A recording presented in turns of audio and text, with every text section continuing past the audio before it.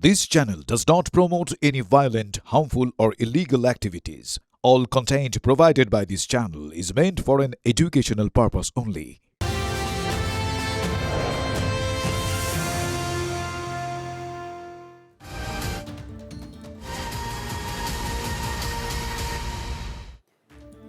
কলকাতায় হোটেলে আগুন, এখনো পর্যন্ত 9 জনের মৃত্যুর খবর পাওয়া যাচ্ছে। Mirza Ghalib Street New Market চত্বর লাগোয়া এই জায়গায় হোটেলে আগুন লাগে, এসি থেকেই আগুন লাগে বলে অনুমান, কিন্তু যাদের মৃত্যু হয়েছে তাদের দম বন্ধ হয়ে তাদের মৃত্যু হয়েছে বলে এখনো পর্যন্ত জানা যাচ্ছে। মৃতদের মধ্যে বাংলাদেশি আছেন, এক শিশু আছে, আর চিকিৎসা করাতেই তারা এসেছিলেন।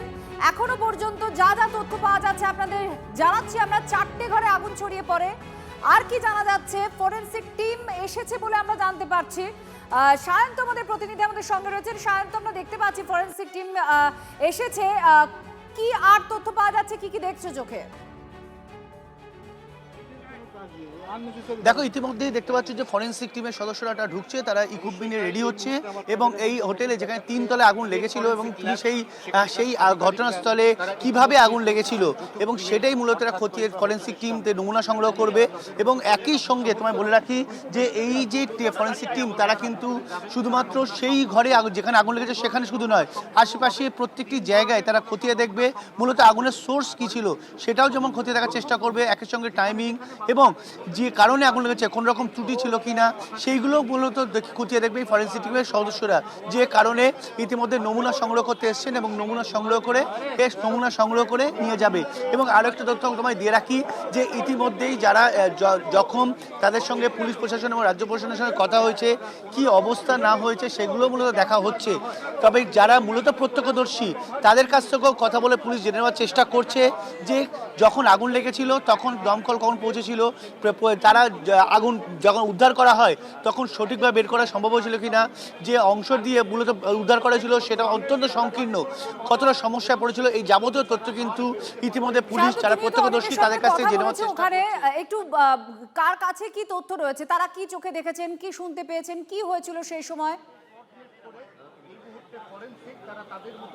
দেখো, যেটা যারা প্রত্যক্ষদর্শী বা যারা আশপাশের রুমে যারা ছিলেন তারা যেটা জানাচ্ছেন যে তার রাতের বেলা আচমকা ধোঁয়া গাটা পোড়া পোড়া গন্ধ দেখতে পায় এবং পোড়া গন্ধ যখনই পায় তারা তখন আচমকা একদম মাঝরাতে হওয়ায় তারা প্রথমে গুরুত্ব দেয়নি, তারপর ধোঁয়ায় ভরে যায় এবং ইতিমধ্যে হইচই শুরু হয়ে যায়, তখন তারা চিৎকার করে বেরিয়ে আসেন। কিন্তু ততক্ষণে হোটেলের 3 তলা সম্পূর্ণ এবং 4 তলা সম্পূর্ণ ধোঁয়ায় ভরে গিয়েছিল এবং তখনই তারা আগুন বলে চিৎকার করতে শুরু করেন।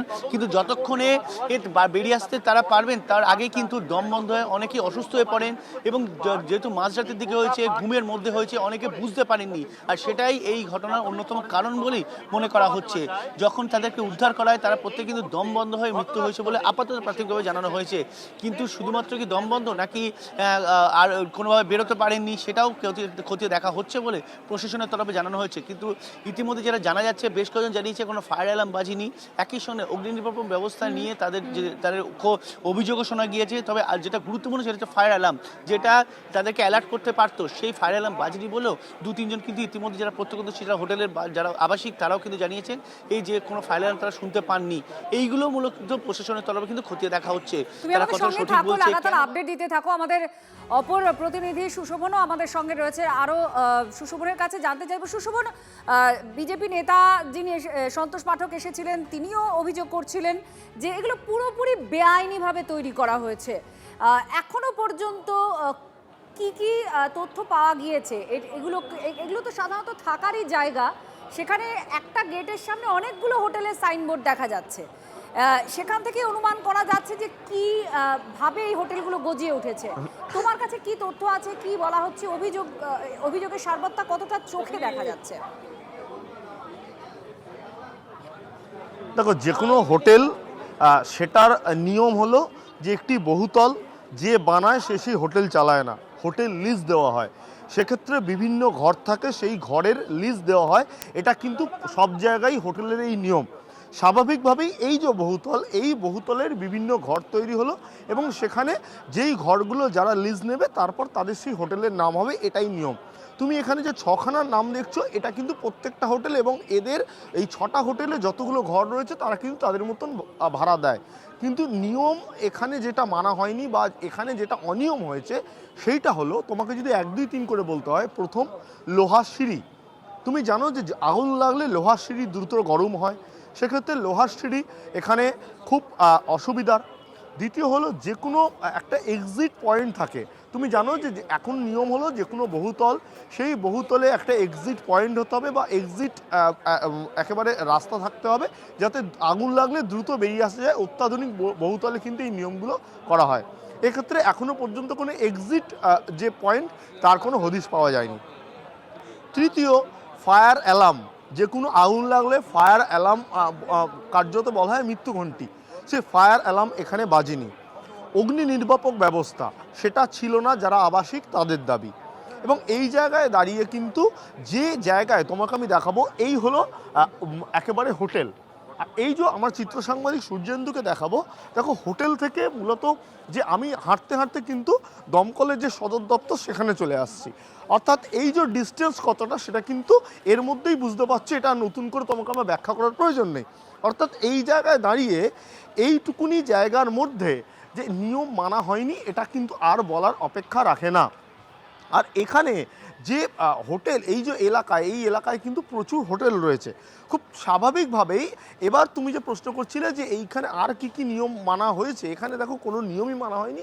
আর এই যে বহুতল, এই বহুতলের যে একেবারে তুমি যদি আমি হোয়াইট শটে দেখানোর চেষ্টা করছি, পুরো জায়গাটা এটা কিন্তু বহু পুরনো।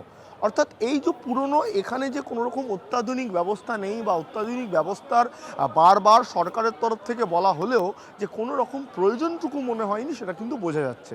অর্থাৎ এই যে জায়গায় তোমাকে এবার আমি দেখানোর চেষ্টা করব 3rd ফ্লোর, এই যে জায়গায় যেখানে তুমি দেখতে পাচ্ছ যে একেবারে জানলা খোলা এসিগুলো রয়েছে, ওইখানটায় কিন্তু মূলত আগুন লাগে।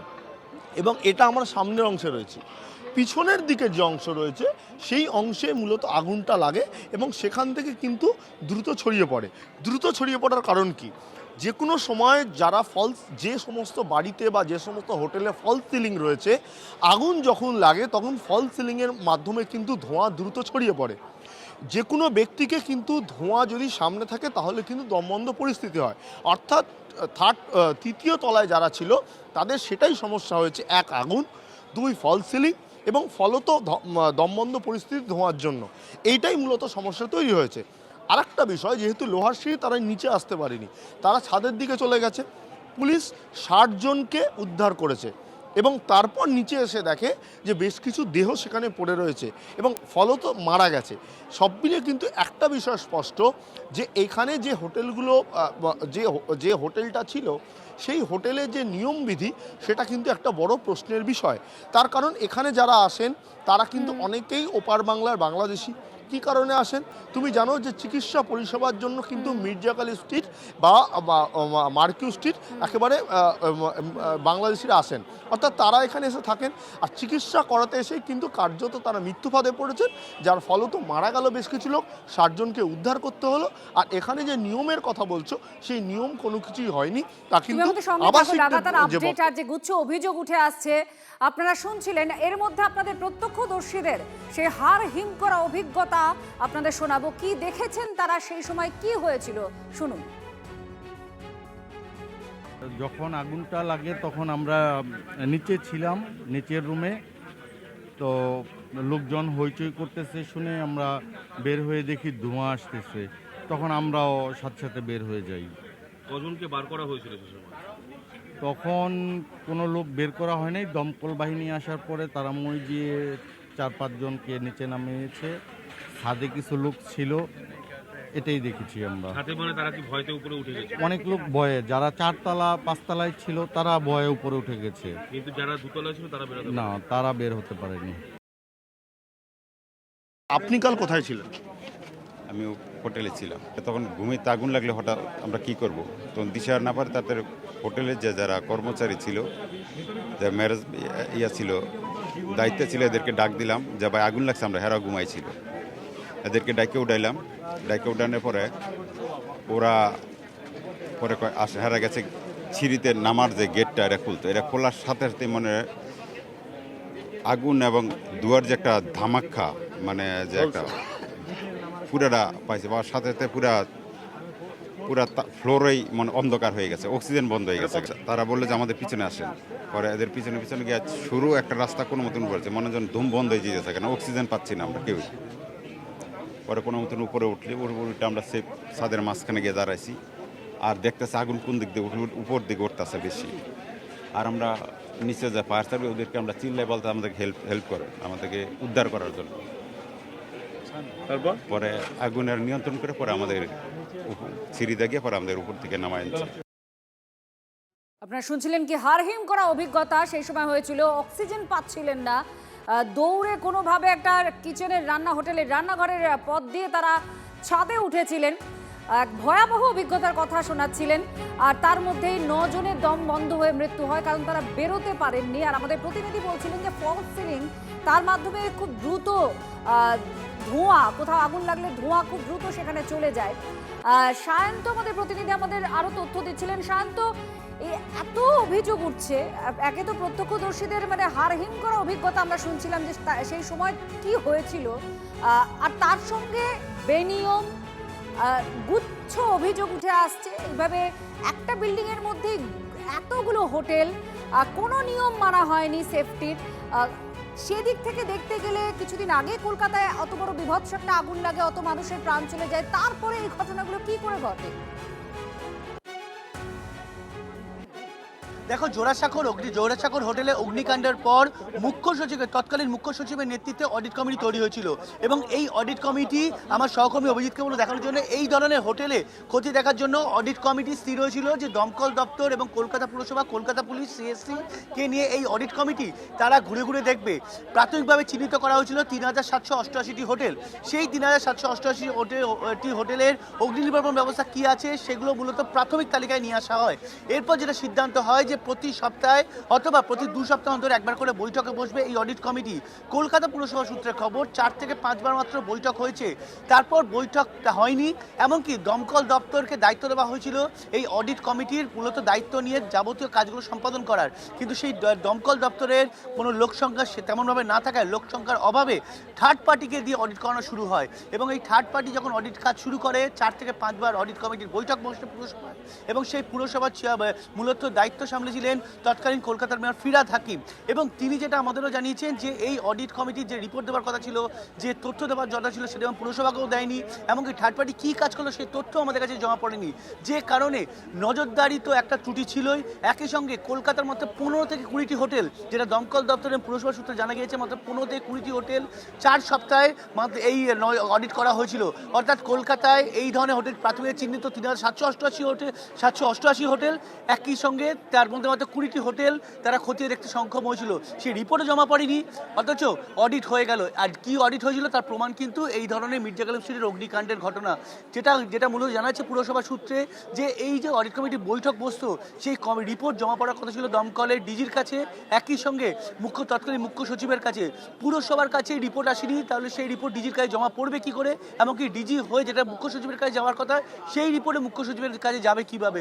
অর্থাৎ গোটা অডিট নিয়ে কিন্তু ধোঁয়াশা তৈরি হয়, এবং কোথাও না কোথাও নজরদারি, বৈঠক নিয়ে যাবতীয় সিদ্ধান্তহীনতা, একই সঙ্গে একাধিক বিষয় কিন্তু এই ধরনের অগ্নিকাণ্ডের পিছনে কাজ করছে বলেই মনে করছেন পুরসভা এবং দমকল দপ্তরের আধিকারিকদের একাংশ। সঙ্গে থাকো। আর এই মুহূর্তে শুধু এই প্রশ্নগুলো এই আগুন লাগার পরেই যে উঠেছে তা নয়, আপনাদের বারবারই বলছি যে কলকাতায় এর আগেও একটা হোটেলে আগুনে অনেক মানুষের মৃত্যু হয়, আর সেই সময় এই এতগুলো অডিট কমিটি ইত্যাদি তৈরি করা হয়, দেখা ইন্সপেকশনের জন্য বলা হয়, কিন্তু তারপরে কি? সেই প্রশ্নই তো উঠছে। এদিনের ঘটনার পর 9 জনের প্রাণ চলে গেল। তারাপীঠ, সেখানে 9 পুণ্যার্থীর মৃত্যু হলো, তারপরে প্রশাসনের তরফ থেকে অ্যাকশন নেওয়া হচ্ছে, এসআইটি গঠন ইত্যাদি এই সমস্ত কিছু তৈরি করা হয়েছে, হোটেল বন্ধ করে দেওয়া হয়েছে। এরপর সময় গেলে আরও সেই তদারকি থাকে কিনা, মনিটরি থাকে কিনা পুরো বিষয়টা, সেগুলো তো অবশ্যই প্রশ্ন উঠবে পরবর্তীতে আবার কোনো ঘটনা ঘটলে। কিন্তু কলকাতায় যে একাধিক অগ্নিকাণ্ডের ঘটনা ঘটেছে, যেগুলো সারা জীবন কলকাতার মানুষ মনে রাখবে, স্মৃতি বয়ে বেড়াবে, সেইগুলো আপনাদের সামনে আমরা তুলে ধরছি। আপনাদের দেখাচ্ছি স্টিফেন কোর্টের ঘটনা, যে স্টিফেন কোর্ট এখনো পর্যন্ত আতঙ্কের একটা নাম হয়ে আছে। মানুষজনকে সেই উপর থেকে ঝাঁপ দিতে দেখেছিলেন অনেকে প্রাণ বাঁচানোর জন্য। আনন্দপুরের আগুন কিছুদিন আগেই হলো, মোমো কারখানায় কতগুলো মানুষের প্রাণ চলে গেল সেখানে। সেও জলাজমির ওপরে তৈরি করা একটা মোমো কারখানা বলে জানা যায়। কি করে এত গাফিলতি হয়, এত বেনিয়ম হয়? তার সঙ্গে জোড়াসাঁকোর যে হোটেলে মারা গিয়েছিলেন অনেকে, তার কথা বারবার বলছেন। এমনকি সন্তোষ পাঠক বিজেপি নেতা, তিনিও এসেছিলেন, তিনিও এই ঘটনা মেনশন করছেন যে কলকাতায় এরকম একটা ঘটনা ঘটে গেছে, তারপরেও আবার এই ঘটনা কি করে ঘটে। স্থানীয়রা অভিযোগ করছেন যে কিভাবে এই ঘটনা ঘটতে পারে, তারাও প্রশ্ন তুলছেন। 1:30 बजे आग लगी थी, मुझे 1:45 बजे पता चला। मेरे नेबर्स ने मुझे कॉल करके बोला दीदी आग लगा है, बाहर निकलो। Fire brigade was already there, तो कोई ऐसा कुछ नहीं था। फायर ब्रिगेड वाले लोग निकाले। फायर एग्जिट कोई नहीं था तो यहाँ पे कुछ नहीं है, फायर एग्जिट कुछ नहीं है, कुछ है ही नहीं तो कहाँ से बजेगा? We don't have anything in the building. Hotel वाले कुछ करना नहीं मांगते हैं। बार बार मीटिंग में काफी धुआं निकल रहा था, आग बुझ गया। जब तक मैं नीचे उतरी आग बुझ गया था, बट धुआं काफी हो गया था भैया। सब एक ही हालत में रह रहे हैं, कोई कुछ करने नहीं मांगता है। वो तो अभी गवर्नमेंट बताएगा वो लोग को, मैं क्या बताऊंगी। आप तो यहाँ पे रेसिडेंस है तो इसलिए बोल रहे हैं। मैं रेसिडेंट हूँ, लेकिन देखिए I am not bothered because मैं सुबह 10 बजे निकलती हूँ, रात को 9 बजे घर आती हूँ। तो जो कम्युनिटी के सेफ्टी के सवाल में क्या कम्युनिटी के मेंबर्स जो हैं बिल्डिंग के, वो लोग को सोचना चाहिए। कौन है? मैं नाम नहीं जानती हूँ किसी का, सारे होटल वाले ही हैं, 2-3 जन। यहाँ पे आते हैं और कमेटी का मेंबर सब होटल वाले ही है? 2-3 अपने मेरे जान पहचान के हैं जो हमारी कम्युनिटी के हैं। सारे होटल वाले नहीं हैं। 2-3 या होटल पीपल्स एंड 2-3 या जेन्युइन पीपल जो हमारे रेसिडेंट्स वाले हैं। সেই বিল্ডিং এ প্রত্যেক ফ্লোরে হোটেল আছে, ছোট ছোট ছোট ছোট করে অসংখ্য হোটেল প্রত্যেক বিল্ডিং এ। পরিস্থিতি খুবই খারাপ। কি করে এগুলো সব পারমিট পেয়েছে, ট্রেড লাইসেন্স পেয়েছে, ওই রকম খুপড়ি খুপড়ি সব হোটেল, ঘরের মধ্যে দিয়ে ঘর, তার ভেতরে ঘর হারিয়ে যাবে। এইরকম ভয়ঙ্কর গোলক ধাঁধার মতো সমস্ত হোটেল, তার রুম, 1.5 ফিটের প্যাসেজ, প্যাসেজে 2টো লোক নড়াচড়া করতে পারে না, কোনো এক্সটার্নাল সিঁড়ি নেই যেখান দিয়ে মানুষকে উদ্ধার করা যাবে। কি বলবেন এরকম একটা ঘটনা দুর্ভাগ্যজনক? সব ইলিগাল করেছে যারা আছে, তার আগে থেকে তৃণমূল জামানায় আমাদের সঙ্গে এই ওয়ার্ডের নেতা আমার আছে কালী খটিক, সে বলছি আগে কমপ্লেনও করা হয়েছিল, কাগজপত্র হয়তো একটা কাছে নেই, কিন্তু কমপ্লেনও করা হয়েছে। এখানে প্রচুর ইলিগাল করেছে, ছোট ছোট ঘর, তার মধ্যে ওই গেস্ট হাউস করে এরা, আর তৃণমূল জামানায় সব এরা করেছে। কাউন্সিলর প্রচুর টাকা নিয়েছে এখান থেকে এরা। আমি তো খবর যা পেলাম যে 9-10 জন বলছে, কিন্তু আরও বেশি মারা গেছিলো। অনেকগুলো প্রশ্ন উঠছে এই বেনিয়ম নিয়ে। অডিট কমিটি তৈরি করা হয়েছিল, তার কি হলো? এরপরেও কেন এই ঘটনা ঘটলো? সবাই এই প্রশ্নগুলো করছেন, কারণ এই প্রশ্নগুলো আজও প্রাসঙ্গিক হয়ে রয়েছে কলকাতার হোটেলের ক্ষেত্রে। আমরা প্রাক্তন মেয়র ফেরহাদ হাকিমের সঙ্গে কথা বলেছিলাম, তিনি কি বলছেন শুনুন। তাই ফায়ার ব্রিগেডকে তখন বলা হয়েছিল যে একটা অডিট টিম তৈরি করতে, থার্ড পার্টি, কারণ ফায়ার ব্রিগেডের কাছে এত লোক ছিল না। তখন একটা থার্ড পার্টি অডিট টিম তৈরি করার কথা বলেছিল। আচ্ছা। এবং সেই টিম যে জায়গায় কাজ করেছিল, কর্পোরেশন থেকে আমাদের ওই ওপরের যেগুলো ছাতে সেগুলো ভেঙে দেওয়া হয়েছিল। আচ্ছা। তারপর অর্ধেক করে যারা এফিডেভিট দিয়েছিল তাদের ছেড়ে দেওয়া হয়েছিল। আচ্ছা। কিন্তু হোটেলগুলোর ব্যাপারে ফায়ারকে বলা হয়েছিল যে প্রত্যেকটা হোটেলে গিয়ে ফায়ার বিধি ঠিক আছে কিনা দেখায়। পৌরসভা তো করেন, এটা চিফ সেক্রেটারি একটা করেছিল। ট্রেড লাইসেন্স নিয়েছে কিনা আমি কি করে বলবো? নজরদারি পৌরসভা করে না, নজরদারি তো ফায়ার ডিপার্টমেন্টের কথা। পৌরসভা যেটা করে সেটা যখন বিল্ডিংটা হয় তখন প্ল্যান স্যাংশন করে। আচ্ছা। ফায়ারের যদি এনওসি ক্লিয়ারেন্স না থাকে তাহলে প্ল্যান স্যাংশন